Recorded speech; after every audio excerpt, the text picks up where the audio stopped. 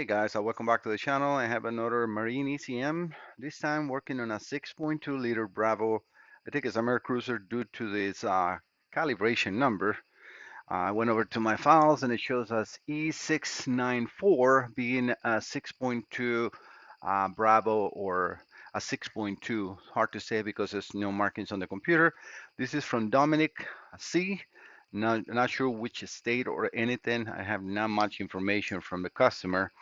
But I do have information that he's texted me. So let me just open the folder and I'm going in order. Yes, so this is just me capturing photos for the customer. When I'm checking, the first time that I connected his computer, he had a fault for manifold pressure sensor voltage low, which is full 34. Not happening in here. This is just me connecting and showing that the fuel pump, this is a substituted value that I have in the relay for the fuel pump and it's working good. Computer is running at idle, 2.4 milliseconds injection time. And this is a Mercruiser distributor system. So the coil is actually sends a signal from the computer directly to the coil. And I'm going to show you that in a minute in the diagrams.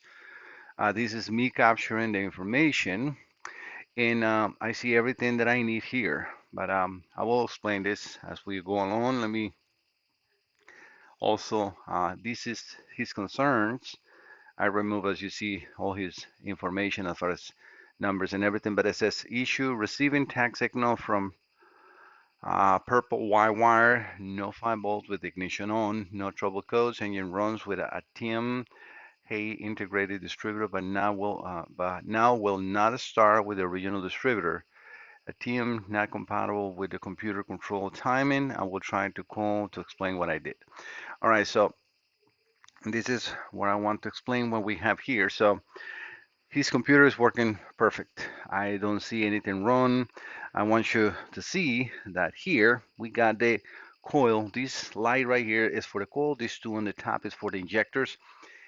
Everything is there. I got 5-volt reference and no faults. The reason I said that it's good, well, I also will show you in a second with one of my known good computers that I have as a spare. It's a 7.4, but it's a Mercruiser. It works exactly the same way with the same distributor and the same coil system, so we will see the same signals. What I want to explain here first is how this system works. All right, so we have in this computer, like Volvo will use EST ignition system, which I have it set up in here. So this is for Volvo Pentas, and they use different signals and so on that are not on the Mercruiser. So the Mercruiser MEFI 3, this is the original diagnostic service manual number 24 for Mercruiser, and this is page 647, and you can see right here. All right, so this is the complete manual. It's 895 pages. All right, so going into what we need here. So this is the distributor. Inside the distributor, there is a pickup coil, or he said there is an optic sensor. I have not seen that in Mercruiser. He was supposed to send me a picture. I never received it, but that's fine. I mean, I really don't care what is inside the distributor. I care what the signal should look like, and that's it. Because if I have the activation for the coils and everything is happening here, then everything is good. All right, so the system works. You have in J232 an ignition feed that's coming from the ignition relay, as we can see here, terminal 87. So we got a constant battery power on terminal 30, obviously through a relay, I mean through a fuse. And then we have the actuations of this relay, a terminal 85 to ground, and terminal 86 is connected to this connector in here. So this we can leave in there because we're not looking for the control in here. As long as we got ignition power on the positive of the coil, which is, remember, you see we have a fuse in here. So we have power going directly to the coil on one side, right, on the positive side, and we have power going to the distributor on this pink wire, which will go then as a wire red because there's a connector in here. This will enter the distributor. This supplies power to the distributor. The distributor has in this connector a third wire, which is just connected to chassis ground, and that is for the signal to work properly. And then on the white green wire, which then will be transferred to a purple white, and that's his concern, is the signal going out, not the other way. The computer will read the signal and it will change the timing of the ignition coil actuation. So we will see that in a second. Um, so we are seeing a signal coming into the computer, not out from the computer. Then when this is good, then the computer will actuate the coil based on this signal, and it will change the timing. If we see here down more, we have connectors A, B, C, E, F, D, or A, B, C, D, F, right? So, and then the same thing in here. So this is just connector house. So if we see the tag is in pin A, what is pin A is the negative from the coil. So that's how they're taking the tachometer signal. So his uh, wording about losing the tach signal and stuff like that, well, the tach signal is the ignition coil actuation, and that's a white wire. And we will see. So what I'm going to do is, now that I have his computer connected and running, and I don't see anything wrong, and I see the coil actuation, I'm going to set up a test light in between there so we can see that more vivid and a lot better visually. And I'm going to set up my oscilloscope to those signals, because right now I have in my oscilloscope, and it's just well, I'm using the picoscope. And then what we have here is that yellow signal, which is in the circuit J210. J210, again, I'm going to make this smaller so we can put that here and we can put that in here. So we will be looking at the diagram on the one side, a little too much, right?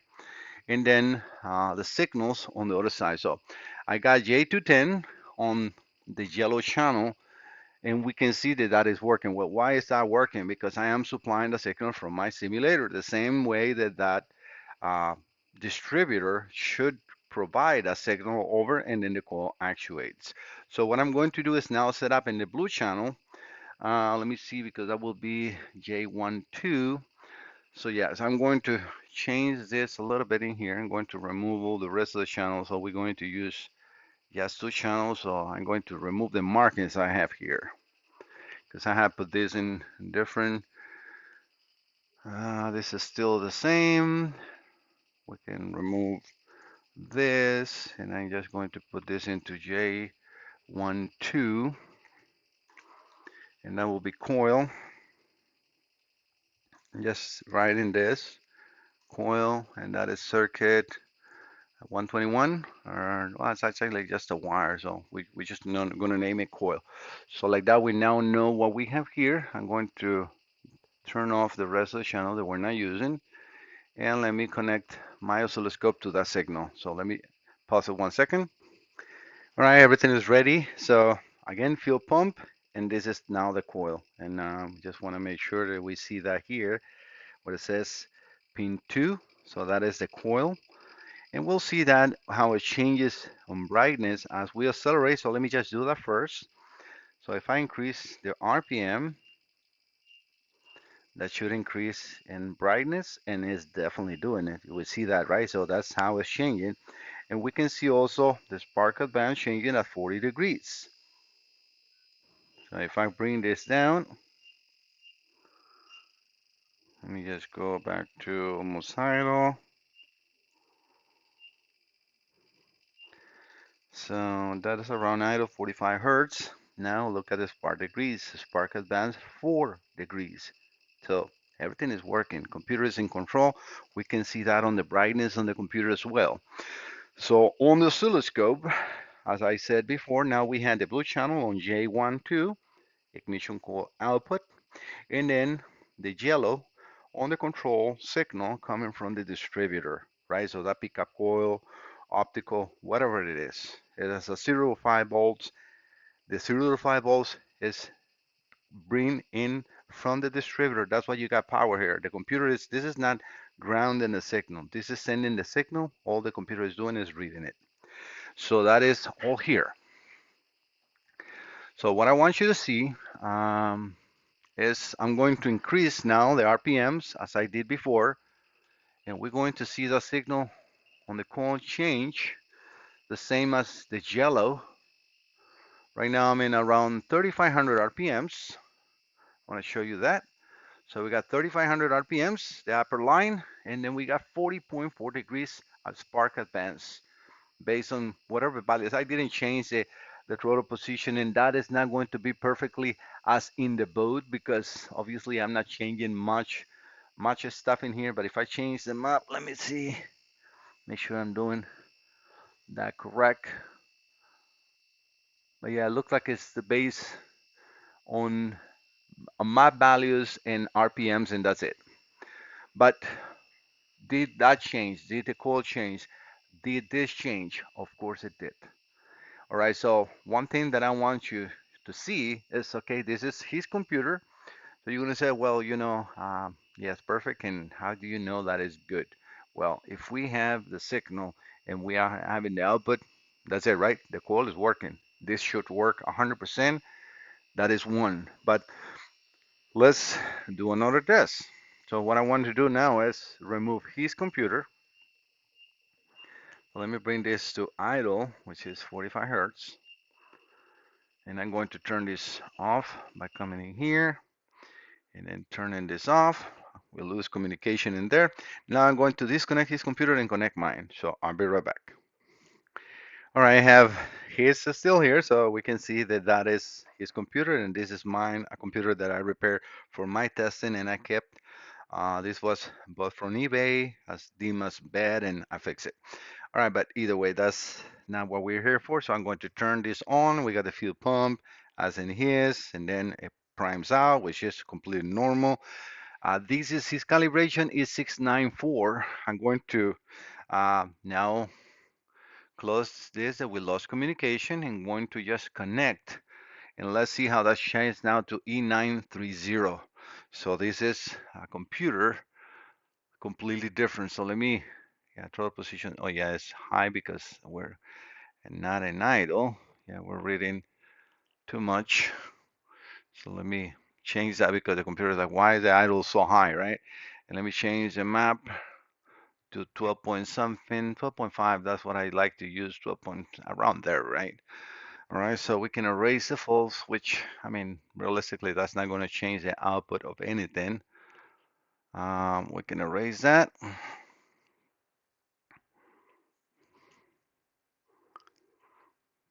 All right, but my main concern, signals, right? So, all right, so one thing that I want to say, when he is asking for a value of 5 volts in the yellow wire with the ignition on, that's can happen, or if does not happen, because let me just rephrase that, it can happen, depends on the position of where the distributor ends. Because as soon as you turn the ignition on, depending on the position of the distributor and the window, right, the window of opening, that's how they show that in here. So this will be, sorry, that will be a window closed and that will be a window open. So depending on where this is stop position wise, it can be sent the fiber to the computer, but that's here, not the computer. So if he's not getting that, he either have an open on the wire or a bad distributor. That's it. His original distributor. All right, but let me run this computer. So nothing is in here. I'm going to run this now, and I have to adjust the idle to 45 hertz. We got the same response as part of the coil, and we can see that. And the one reason I left the cursors in here is to see the amplitude being the same as that we had before with his. Nothing changed. Two different computers for Mercruiser with the same reactions. And the same thing, okay, we got 5 degrees. Maybe this is a bigger computer, might change a little bit of the degrees, but they have to change the same. So let's go up to 3,500 RPMs, and we can see how the timing is changing. Oops, too much. 3,500 RPMs, we got 30.93 degrees. Again, I haven't changed the map or so, but we are the same. And look at the images and the signals in here. So is there anything wrong with his computer for this circuit? Absolutely no. Dominic, your computer is fully working. I will suspect that either problem you have is in the boat, either on your distributor or in the harness, but not in the computer. All right, guys, thank you so much for visiting the channel. I hope that you understand that I'm not just showing a test. I am also showing the diagnostics that you can perform, where to connect, where to check, and how the signals should look, because this is very important. When you don't know what you're expecting, when you don't know what you're looking at, I mean, how is good or what is bad. I am giving you everything that what is good. So if you know you're good, you can know what is bad, right? So I hope that makes sense. And again, don't forget to subscribe. Talk to you later. Bye bye.